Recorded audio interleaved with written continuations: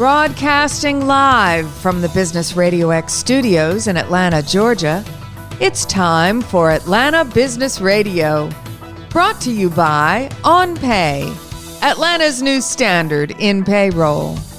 Now, here's your host. Lee Cantor here, another episode of Atlanta Business Radio, and this is going to be a good one. But before we get started, it's important to recognize our sponsor, OnPay. Without them, we couldn't be sharing these important stories. Today on Atlanta Business Radio, we have Nick Marcarelli with Shadow-Soft. Welcome. Thanks for having me. Well, I'm excited to learn what you're up to. Tell us about Shadow-Soft. How are you serving folks?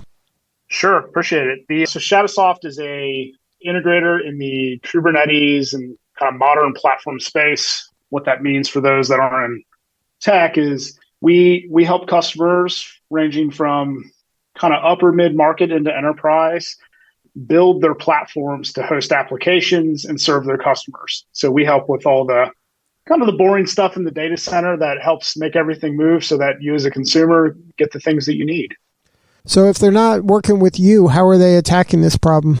A lot of companies are, building it on their own. I'd say most companies take that approach initially and from a sustainment perspective. So they have data centers, or maybe they're all in the cloud these days, and they're building that out with their teams. But one of the hard things about building teams that can sustain and innovate is that you can't know everything. So we focus on a specific set of technologies, and we come in and help with project-based work into some longer-term sustainment as necessary. So a lot of times these folks think, oh, we can just deploy our own people on this, and then they quickly realize that they're in over their head or it's evolving too quickly and they need an expert? Yes, that's absolutely correct. And that's the gap that we try to fill for these organizations, is that it's hard to be an expert in everything. We're not an expert in everything, but the areas that we focus on, we can really help propel that innovation forward so they can meet the demands of their customers. So what are some of the symptoms that they're having if they decided to deploy their own team that maybe, dangers ahead and maybe we should be kind of getting some help here? Like, what are some of the things that they run into where they're like, okay, this is harder than I thought? There's a few symptoms that are most common. We found that someone will come in, leadership will come in on the technology side and say, this is where we're going. And then what if that leadership changes halfway through that transformation? Or maybe it doesn't really get off the ground. Or maybe it does, and there's a staff challenge where people go to a new company. So keeping the right people, the people that have those skills in place, that's a big challenge in the marketplace. Tech is very competitive. But also sometimes we set out to do something and then we have to go a different direction. And I think that's where we end up meeting customers in the marketplace is we set off to do this, we built this thing, and now that leadership is gone or we've lost the staff to support it. We don't know which way to go. So we really try to bridge the gap there to go, let's get you, a right-sized vision for what you can do. Let's assess the areas, the gaps that we can try to upskill around, and then let's set you up for success. Now, how do you help your clients kind of avoid that shiny object syndrome where they heard or read a blog post or a podcast about some new technology and they're like, oh, that's the solution. It sounds good there. I'm all in. And then they want to, go down this rabbit hole where a lot of times those things end up poorly. How do you kind of manage the expectations and help your clients, in that manner? There's a lot of noise, I would call it, in tech, where you have, all these companies, these, software vendors that are building offerings for customers, and they're all competing against each other. So everyone's representing their solution as the end all to all problems. And it's our job to help educate customers on not falling for that trap. And this is so prevalent in just tech, not lots of industries, but in technology specifically, because everyone wants to be first. They want to be doing the new innovative thing. Well, sometimes the new innovative thing is not ready for prime time. So we spend a lot of time assessing the maturity of those solutions in the market, making recommendations based off our experiences, and really clarifying and identifying those core concepts. In technology, we're very focused around terminology. Buzzwords is, kind of buzzword bingo is what we call it in the industry. And one of the big challenges around that is a customer may go, oh, I really want this buzzword. AI is a good one right now. I think everybody on earth is exposed to the, artificial intelligence, and we have programs that are going to replace jobs and do all of the thinking for us. None of that is true at this point. It's just the new shiny thing that we're all kind of obsessing about. That's been happening in tech for about 4 or 5 years. It's just kind of become a consumerism thing because of ChatGPT at this point.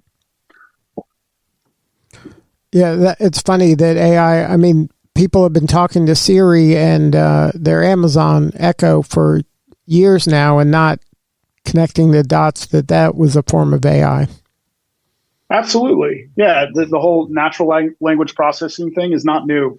It's been around for, in principle, 10 years. And it's embedded in the kind of the way that we exist as people, for good or for worse. But AI is not new. It's becoming a relatively powerful construct in technology now. But the journey's really just started. Well, getting back to how you serve your clients, you mentioned a lot of times you start with a project. What are those kind of initial first projects typically for your client? Like, what's that initial pain that one of your clients says, you know what, help us with this, we're having a hard time here. And then maybe over time, your value becomes evident and it evolves into larger and larger work.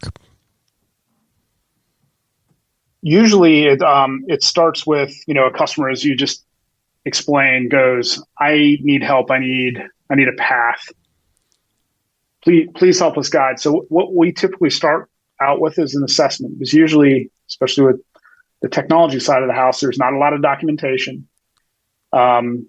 A lot of that institutional knowledge maybe has left the organization. So we have to go in and we have to go, what do you have? And then we measure that against what we would say are best practices around a certain project. So in a world where we're focused on Kubernetes, that usually starts with, we have these 8 frameworks that we operate from, and we go through and we assess with the customer, okay, against this framework of architecture, do you have the required components to have a sound architecture? Do you have the right components for security? Do you have the right components for disaster recovery and backup, if that ever came into play? These are core technology concepts, but it's a little hard to see all the things you need to do when you're living in the fire. So we go in there and we assess, and then we build a roadmap, usually over 12 months, and we help rate. These are high-risk items that would be low effort, that'll mitigate that risk that you have today. And we'll build a plan to address those things, whether it's through adding of services or redeployment of infrastructure and applications. We may decide that a certain application needs to be completely refactored because it doesn't fit the needs of the platform and the end customer.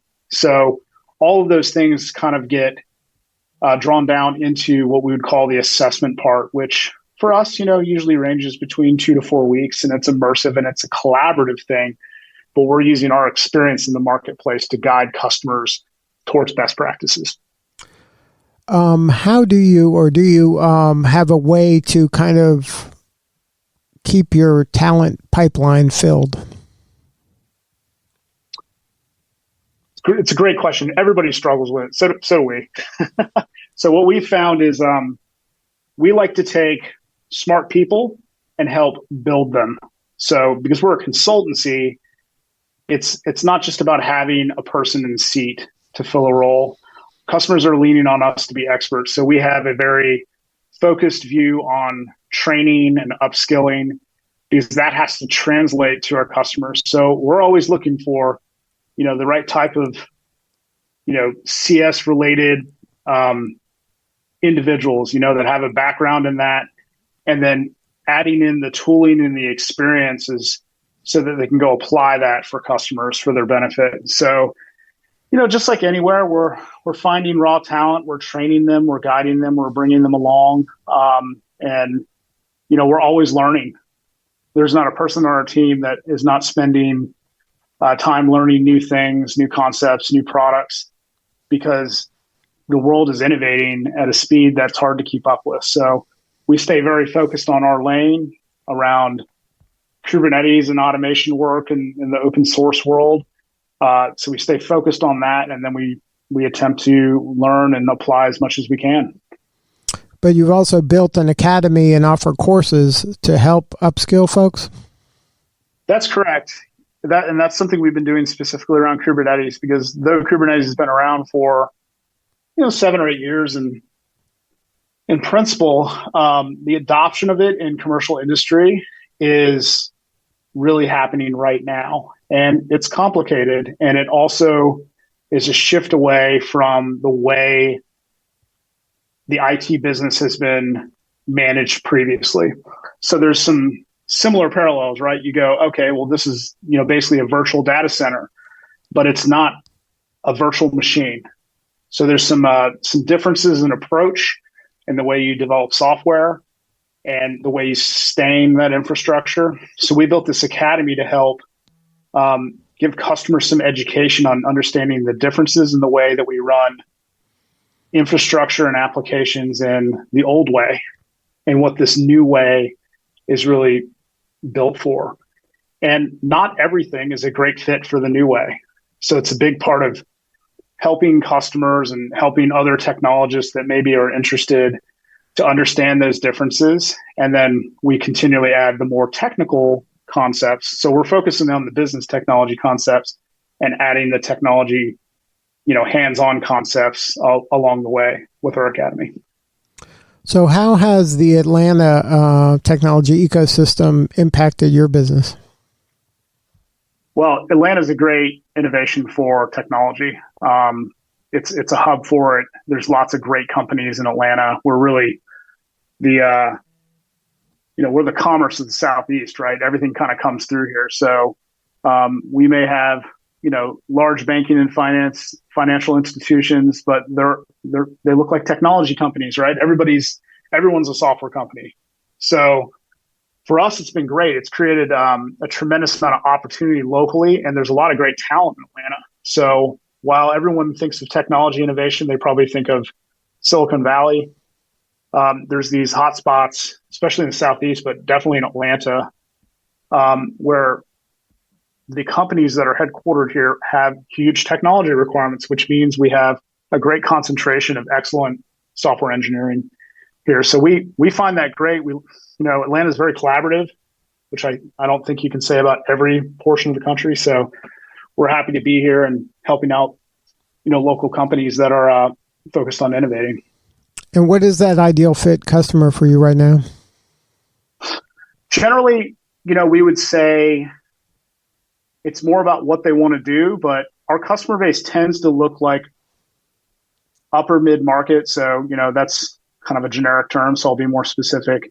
$1 billion in revenue up is usually a great fit because of the technologies. They require sophistication, and they require people, and they require some budget. But what's really cool is that a lot of these newer companies that may be, born in the cloud, going about it a different way, maybe they're software companies, they're using the same technologies that we're working with, in a Fortune 500. So it gives us a wide range. So we've actually, in the last few years, been helping out a lot of companies that would be much smaller, even small, medium business, but highly sophisticated from a technology perspective. So for us, a customer that's, using Kubernetes as a platform to deliver their services, great fit for us. High velocity verticals, so think transportation, manufacturing, fintech, great fit for us. Retail, because of all the data that is processed and collected. So that high velocity kind of vertical is a great fit for us to come in and be helpful in their journey. And if they're interested in engaging with you, they can go to the website, and then there's ways to if they're looking for help with talent, they can kind of take a course there, or if they want to get an assessment, is that all available on the website? Yeah, so they can definitely come to our website, and you'll see the way we go to market for customers and the types of things that we like to help with. So we have a whole center of excellence around Kubernetes. We have our academy, as we spoke about previously, where they could sign up and they could consume some of the later, technology trends related to Kubernetes. And yeah, you can reach out and we can, talk through what a project looks like and what that assessment looks like. Or if you know what you want to do already, we can help scope that out and provide you a project plan for how we could engage. And what's the coordinates? What's the website? Shadow-Soft.com. Shadow-Soft with a hyphen in between. Shadow-Soft.com. There you go. All right, Nick. Well, thank you so much for sharing your story. You're doing important work, and we appreciate you. Thanks for the time. Appreciate it. All right, this is Lee Cantor. We'll see you all next time on Atlanta Business Radio.